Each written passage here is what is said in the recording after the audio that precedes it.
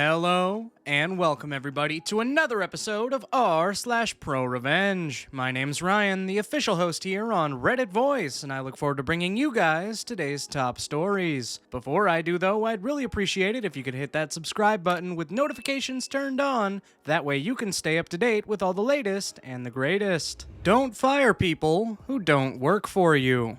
I had taken over running a small development team of 9 for a relatively big company. We were there for basic, quick little bits of software that wouldn't make sense to outsource, web apps that quiz employees on policy, fancy interactive projects to show off at conferences, or just an extra pretty PowerPoint, etc. The guy I took over from ran the team like we lived in the 1980s, so I brought us into the modern age, and surprise, surprise, within a few weeks our team was finishing projects left and right and center. I won't go into any of it here, but if any tech nerds are interested on how bad it was, I'll reply to any comments. Everything was going great. My coworkers could take smoke breaks and listen to music. Our internal clients were kept up to date with their projects, and my boss thought I was some kind of software prodigy, as productivity had gone through the roof. Honestly, this was more indicative of how bad it was before, rather than anything I did. Then comes Dick. Short for Richard, of course. Now you know Dick, you probably have a Dick at your office. They've been there too long to fire and delight in slapping people in the face with their seniority, regardless of whether or not they have anything to do with you.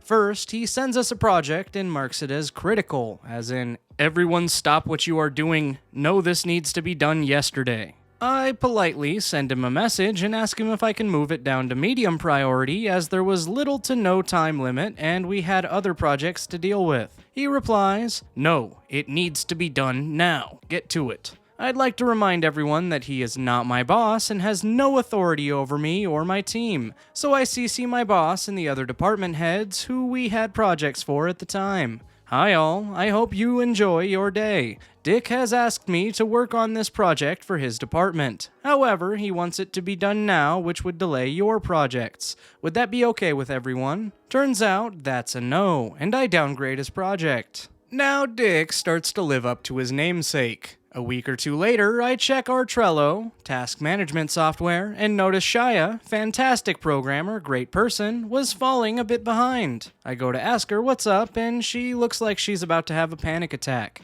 I ask her what's wrong, and it turns out that Dick had threatened to fire her if she didn't start working on his project immediately. I calm her down, let her take a break, tell her to start working on her regular projects and to send Dick to me if he gets uppity. I then fire off an email to Dick and my boss reminding him that any threats of termination need to go through me and HR first. Who works on what projects and when is determined by our schedule and myself. And if it's a project deadline that's moved up, I should be informed directly, not via my team. Turns out, Dick is infamous for making threats like this because nobody took them seriously. I was the first to remind him he had no authority over any other department. I didn't find out until later, but apparently he had a meltdown at the boss about how incredibly disrespectful I was. He tried to file a formal complaint, but it was rejected because doing my job properly isn't actually a problem. Who knew? At this time, I accepted a better job and was going to put in my notice, but I wanted to wait until after our latest project, let's call it the Ninja Report, was done, as it was a big deal for my team. This Ninja Report was part of a presentation by a company bigwig, boss's boss's boss, and was marked critical, so all of us were working hard to make sure we did a good job and got it in on time.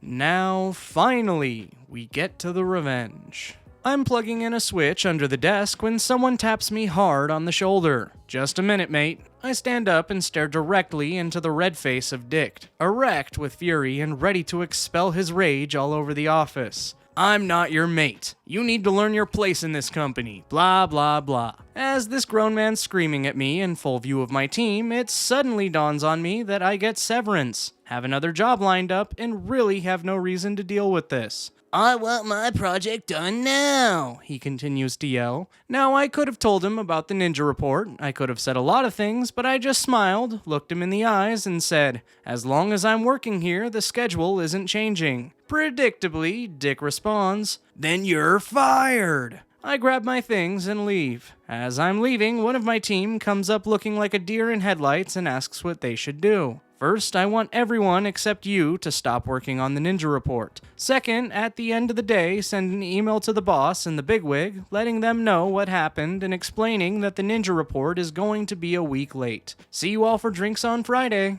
I wake up, bleary-eyed the next day, to a call. Hello? Hi, look, I'm sorry about what Dick said. He doesn't actually have the authority to fire you, and the Ninja Report can't be late. We need to fix this. Oh, I'm sorry, I've actually accepted another job. But don't worry, I figured this would happen. I asked one of my team members to work on it privately. If they start working on the Ninja Report again, should be able to get it done on time. My boss tries to get me to come back, but I made it clear that that wasn't going to happen. Recommended one of my team take my job and thank him for the opportunity. He's pretty cool about it, confirms I'll be getting severance, and tells me that he can use him as a reference. Friday, drinks roll around, and we have a lot to celebrate. The Ninja Report was done on time, and given everything that happened, it made my team look great. I got a new job, teammate got a promotion, and the bigwig was really eager to learn why his subordinate fired the leader of the team he picked himself and nearly tanked the project. I'm proud to report that the office is now 100% dick-free. To be clear, all names were changed as this is a throwaway so I don't get my arse sued.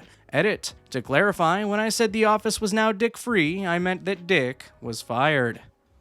You fire me for stealing? I'll steal your business. My nephew, Bob, had a job selling cell phones at a store in a mall. The store was owned by a licensed distributor of one of the big-name brands. He was very good at convincing customers to buy calling plans, extended warranties, and accessories that were obscenely profitable. Pretty soon, he was the #1 salesman in the store. The owners asked him to transfer to their store in a different mall, replacing the assistant manager who they had just fired. In addition to an increase in his base pay, he'd get a cut of every sale made while he was in charge. It took him about 2 days to figure out why sales were down. Clueless sales reps and lousy management. The manager would disappear for hours at a time, leaving the sales rep to sit around ignoring customers. Most of them would show up late, leave early, or not bother coming in at all. And when they did speak to a customer, they had no idea how to make a sale. On his first day, he outsold them all. After making sure the guys on his shift were actually doing their job,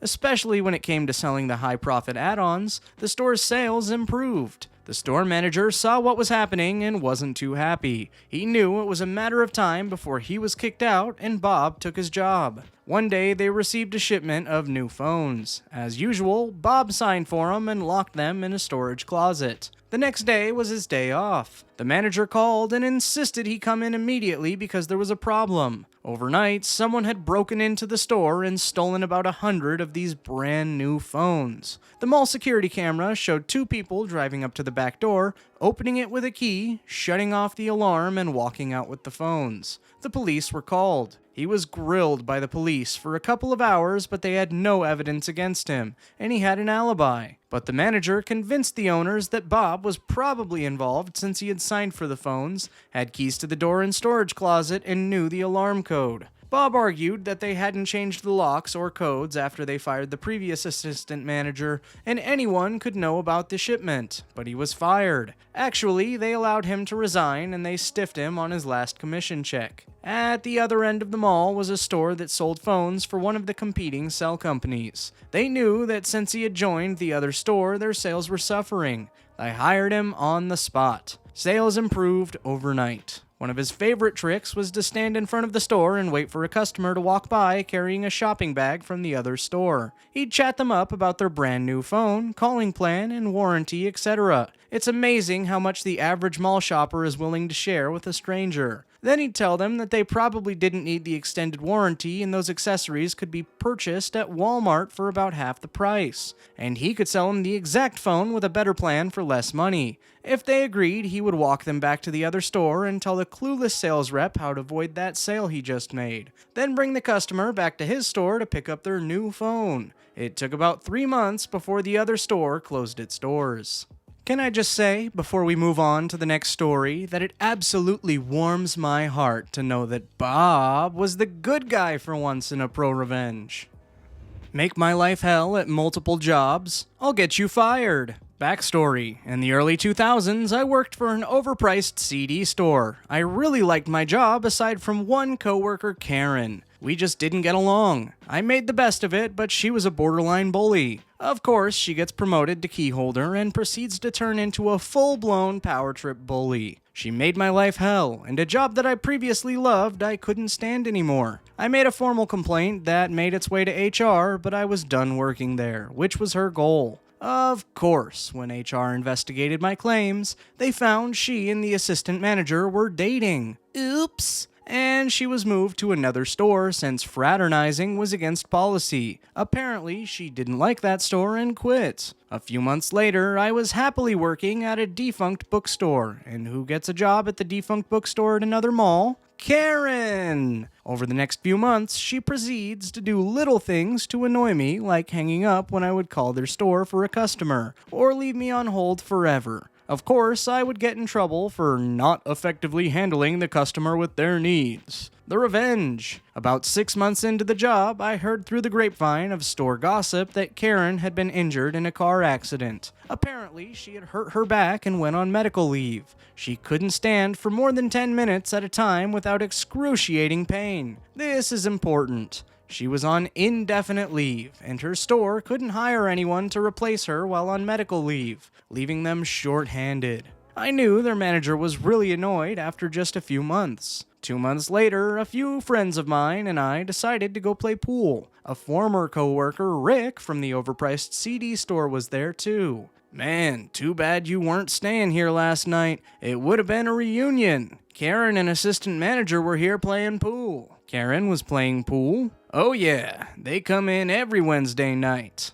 Really? That's interesting. Every Wednesday, huh? How long's this been going on? A few months now. Yes, for the entire time she was on medical leave, Karen was out playing pool once a week. Not at home in debilitating pain like she claimed. The next day, I went to her defunct bookstore and asked to speak to the manager. I told him all about her weekly pool sessions and encouraged him to be at the pool hall next Wednesday night to catch her in action. That Thursday, she was fired. The last time I saw her, she and her friend were attempting to follow me home from work. I called the police and led them into the police station where they told her to leave me alone or be arrested. She stayed away from me after that.